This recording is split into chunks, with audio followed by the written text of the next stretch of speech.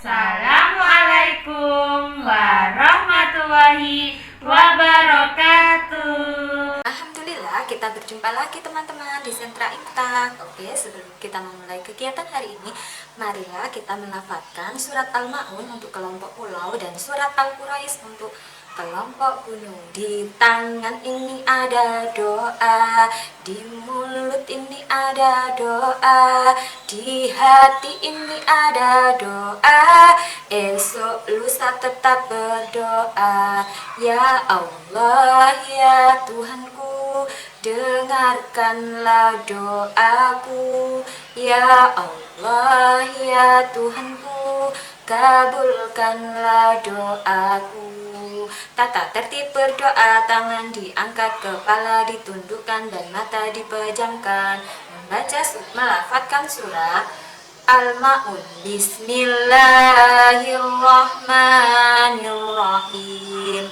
Ara'aital ladzi yukadzibu biddin, fadzalikal ladzi yadu'ul yatim wala yahuddu ala ta'amil miskin, fawailul lil musallin alladzina hum an sholatihim sahun, alladzina hum yura'una wa yamna'unal ma'un.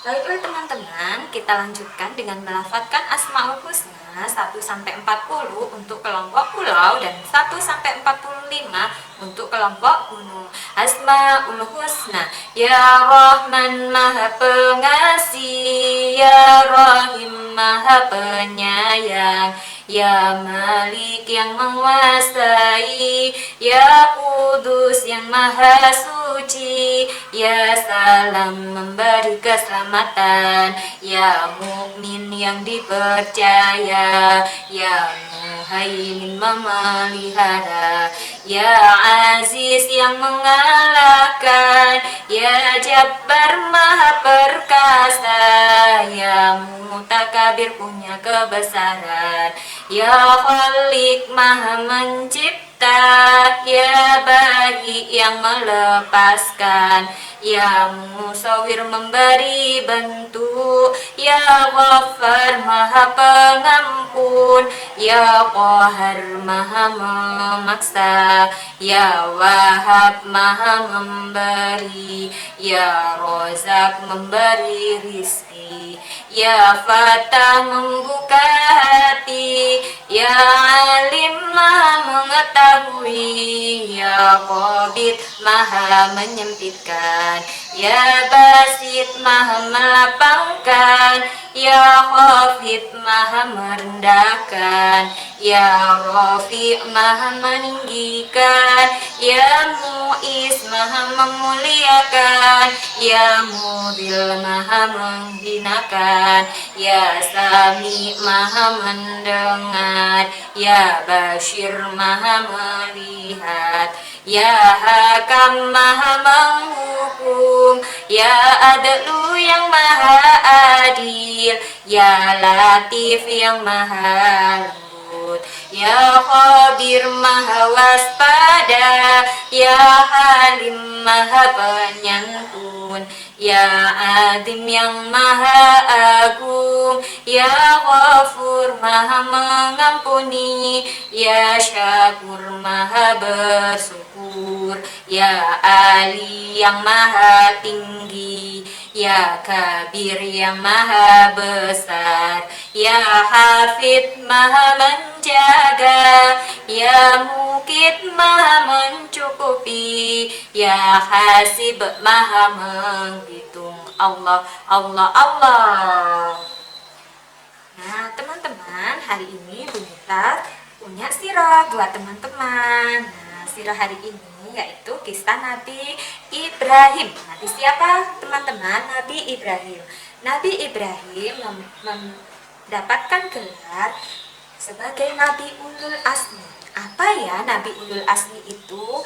Nah, gelar Ulul Azmi yaitu Nabi yang terkenal dengan kesabaran dan ketakwaan. ketabahannya. Jadi Nabi Ibrahim itu memiliki sikap sabar dan tabah. Orang-orang diajak Nabi Ibrahim untuk menyembah Allah, tapi orang-orang malah menolak. Sehingga Raja Namrud itu memutuskan agar Nabi Ibrahim dijatuhi hukuman. Nah, hukumannya apa ya? Nah, Nabi Ibrahim dijatuhi hukuman oleh Raja Namrud. Beliau harus dibakar. Bagaimana ketika Nabi Ibrahim dibakar, teman-teman? Ternyata Allah sangat menyayangi Nabi Ibrahim. Api yang terasa panas karena Nabi Ibrahim berdoa dengan khusyuk. Api yang panas itu dirasa seperti air. Jadi bagi Nabi Ibrahim apinya dingin. Ketika apinya telah padam, apa yang terjadi? Orang-orang terkejut, teman-teman, karena Nabi Ibrahim tidak meninggal atau dalam keadaan hidup dan masih utuh. Semua terkejut. Kok bisa ya Nabi Ibrahim seperti itu? Kenapa? Karena atas perlindungan Allah. Tidak hanya itu saja, teman-teman. Nabi Ibrahim diutus oleh Allah untuk hijrah atau pindah ke kota Mekah. Nah, waktu itu kota Mekah masih tandus sepi, yang ada hanya gurun pasir. Di situ Nabi Ibrahim diminta oleh Allah untuk meninggalkan anaknya yang masih bayi bernama siapa ya? Ismail, dan istrinya yang bernama Siti Hajar. Jadi Siti Hajar dan Ismail ditinggalkan oleh Nabi Ibrahim di kota Mekah yang masih sunyi. Setelah beberapa tahun kemudian, teman-teman, Nabi Ibrahim mendatangi Nabi Ismail. Nah, ketika mendatangi Nabi Ismail, berjumpa dengan Nabi Ismail, Allah menguji keimanannya Nabi Ibrahim. Diuji lagi, apakah Nabi Ibrahim mau melaksanakan perintah Allah? Iya. Nabi Ibrahim diutus oleh Allah untuk menyembelih putranya yang bernama Ismail. Ibrahim pun melakukan perintah Allah dengan sikap yang istiqomah, mau mengikuti aturan yang diperintahkan oleh Allah. Baru saja berjumpa dengan putranya, dia harus menyembelih putranya. Tentu sedih ya, teman-teman. Nah, karena sikap istiqomahnya Nabi Ibrahim dengan yang aturan yang diberikan oleh Allah, maka Ismail pun digantikan menjadi seekor kambing. Jadi yang disembelih itu bukan Ismail, melainkan siapa, teman-teman? Seekor kambing atau domba yang setiap tahun kita peringati sebagai Hari Raya Idul Adha atau Idul Kurban. Beberapa tahun kemudian Allah meminta kepada Nabi Ibrahim, wahai engkau Ibrahim, buatkanlah atau dirikanlah bangunan yang bernama Baitullah. Nah, Nabi Ibrahim dibantu oleh Ismail untuk membangun Ka'bah. Nah, saat membangun Ka'bah itu, teman-teman, Nabi Ismail mengangkat batunya dan Nabi Ibrahim yang memasang. Ketika bangunan tinggi, ada salah satu batu yang diangkat oleh Nabi Ismail, kemudian Nabi Ibrahim meletakkannya, dan tempat itu dijadikan tempat berdirinya Nabi Ibrahim. Nah, tempat itu diberi nama Maqam Ibrahim. Sejak dengan adanya Ka'bah, kota Mekah sampai sekarang selalu ramai dikunjungi oleh umat Islam dalam melaksanakan ibadah haji. Dari sirah Nabi Ibrahim yang dapat kita teladani, sikapnya Nabi Ibrahim yang istiqomah. Sikapnya Nabi Ibrahim yang istiqomah. Semoga teman-teman bisa meneladani sikapnya Nabi Ibrahim. Untuk kegiatan selanjutnya akan diinformasikan oleh Bu Ayu. Silakan Bu Ayu. Terima kasih Bu Nita. Ketika teman-teman mendengar suara Allahu Akbar, Allahu Akbar, suara apa ya itu? Tepat sekali, suara azan. Ketika mendengar suara azan, apa yang harus dilakukan? Sholat. Nah, sholat itu bisa kita lakukan di mana saja ya. Rumah, di musola, atau di masjid. Nah, teman-teman, tahu nggak, ada loh masjid di Indonesia yang menjadi saksi sejarah. Wah, apa sih Bu Ayu sejarah itu? Nah, teman-teman, sejarah adalah catatan tentang masyarakat atau peradaban manusia yang terjadi pada masa lalu. Di negara Indonesia memiliki ribuan pulau dan banyak suku serta budaya.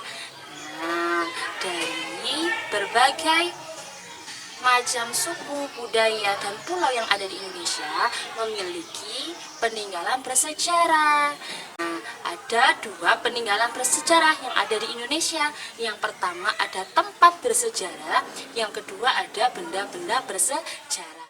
Hari ini Bu Ayu akan menginformasikan tentang tempat bersejarah di Indonesia. Salah satunya adalah apa ini?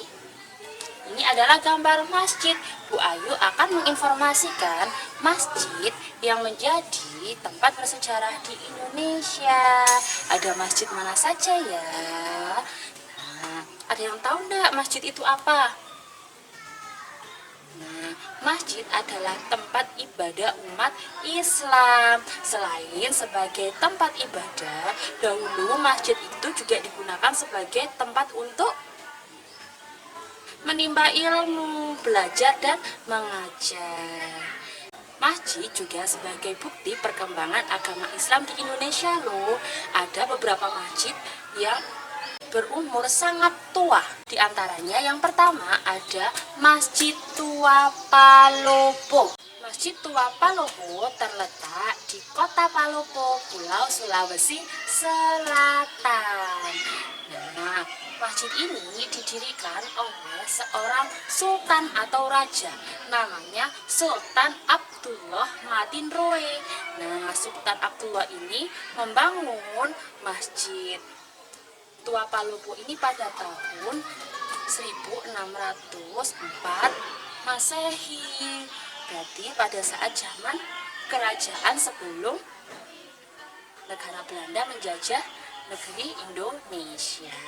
Ada yang kedua, Masjid Raya Baitur Rahman. Nah, ini letaknya di Aceh, tepatnya di Pulau Sumatera. Masjid ini teman-teman memiliki bangunan yang megah dan sangat indah karena memiliki 7 kubah.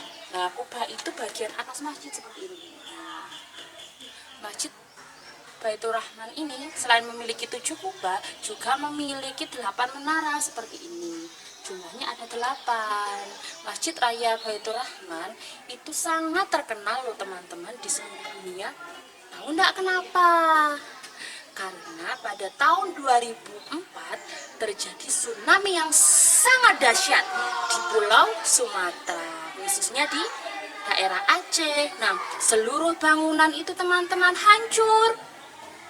Hanya Masjid Baitur Rahman saja yang tetap kokoh berdiri atas izin Allah. Nah, selain Masjid Tua Palopo dan Masjid Baitur Rahman di Aceh, ada juga Masjid Agung Demak. Masjid mana teman-teman? Masjid Agung Demak letaknya di Desa Kauman, Kota Demak, Jawa Tengah. Siapa yang sudah pernah ke sana? Siapa ya yang sudah pernah melihat Masjid Agung Demak? Wah, pasti menyenangkan. Nah, ini dia bangunan Masjid Agung Demak seperti ini. Nah, atapnya itu berbentuk bertingkat atau berundak. Jadi ada undakannya, ada 3 undakan seperti apa teman-teman? Seperti atapnya Pagura. Nah, pada zaman pembangunan Masjid Agung Demak ini itu masih terpengaruh dengan budaya Hindu yang dianut oleh masyarakat Indonesia pada zaman dulu sebelum agama Islam masuk ke Indonesia. Nah, Masjid Agung Demak ini dibangun oleh Raden Patah. Siapa teman-teman? Raden Patah. Masjid Agung Demak ini menjadi tempat berkumpulnya para wali songo, yaitu penyebar agama Islam yang ada di Indonesia. Jadi teman-teman, informasi Bu Ayu tentang masjid yang menjadi tempat bersejarah bagi orang Indonesia. Oke, adab sholat berjamaah. 1. Shaf rapi, lurus, dan rapat. 2. Gerakan sholat tidak mendahului imam. 3. Sholat dengan khusyuk.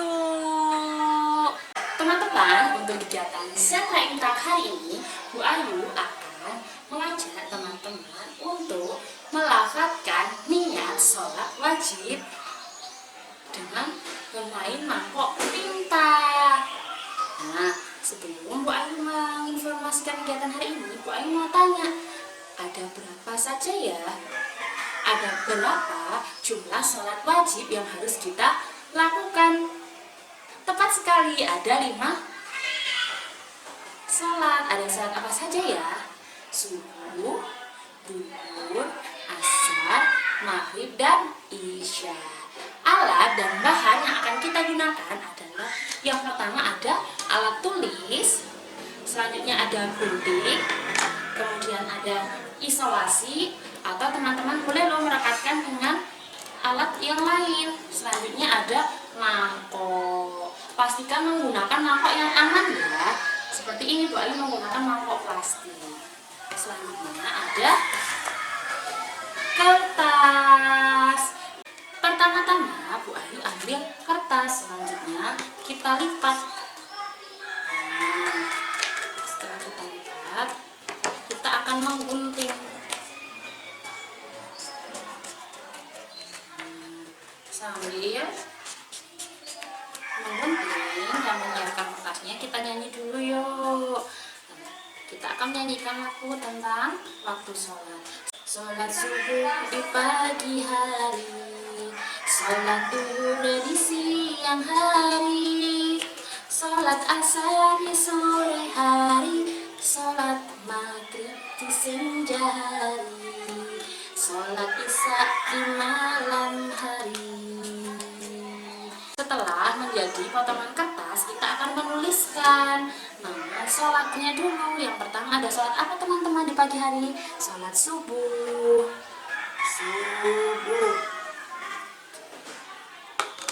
Setelah semua kertas kita tulis nama seperti ini, nama sholatnya, kita ambil mangkok, ya, kita ambil perekat. Hari ini Bu Ayu menggunakan isolasi. Selanjutnya kertasnya akan kita tempel di isolasi.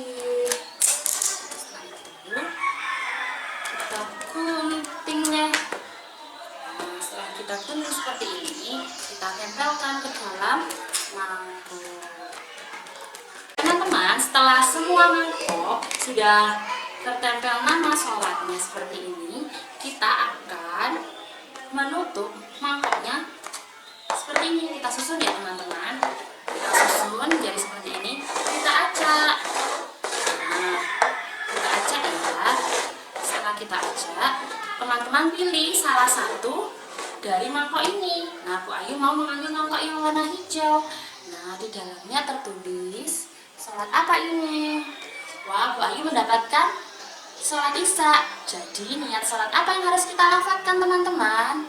Tepat sekali, sholat isya. Membaca niat sholat isya. Usolli fardhu isya'i arba'a raka'atin mustaqbilal qiblati adaan ma'muman lillahi ta'ala. Nah, selanjutnya teman-teman boleh mengajak mangkoknya lagi dan mengambil lagi. Itu tadi teman-teman informasi tentang kegiatan kita di sentra imtak hari ini. Selamat mencoba bersama mama dan ayah di rumah. Aturan bermain di sentra imtak. 1. Fokus dan tuntas. 2. Lapor. 3. Beres-beres. Teman-teman, hari ini Bu Nita sudah menginformasikan tentang sirah siapa ya? Tentang sirah Nabi Ibrahim yang membangun Ka'bah. Selain itu, tadi Bu Ayu menginformasikan tentang apa ya? Tentang masjid yang menjadi tempat bersejarah umat muslim yang ada di Indonesia. Ada berapa masjid ya tadi? Tepat, ada 3 masjid. Yang pertama ada Masjid Tua Palopo, yang kedua Masjid Raya Baitur Rahman di Aceh, yang ketiga ada Masjid Agung Demak. Tadi kita juga melakukan kegiatan di Sentra IMTA. Kegiatan apa? Tepat sekali, kegiatan melafadzkan niat sholat wajib dengan bermain mangkok pintar. Terima kasih teman-teman untuk kegiatan hari ini. Sampai ketemu di Sentra IMTA minggu depan. Oke Bu Ayu, pastikan teman-teman di rumah bisa menjaga kesehatan dengan cara apa ya? Mencuci tangan, Menjaga jarak dan memakai masker.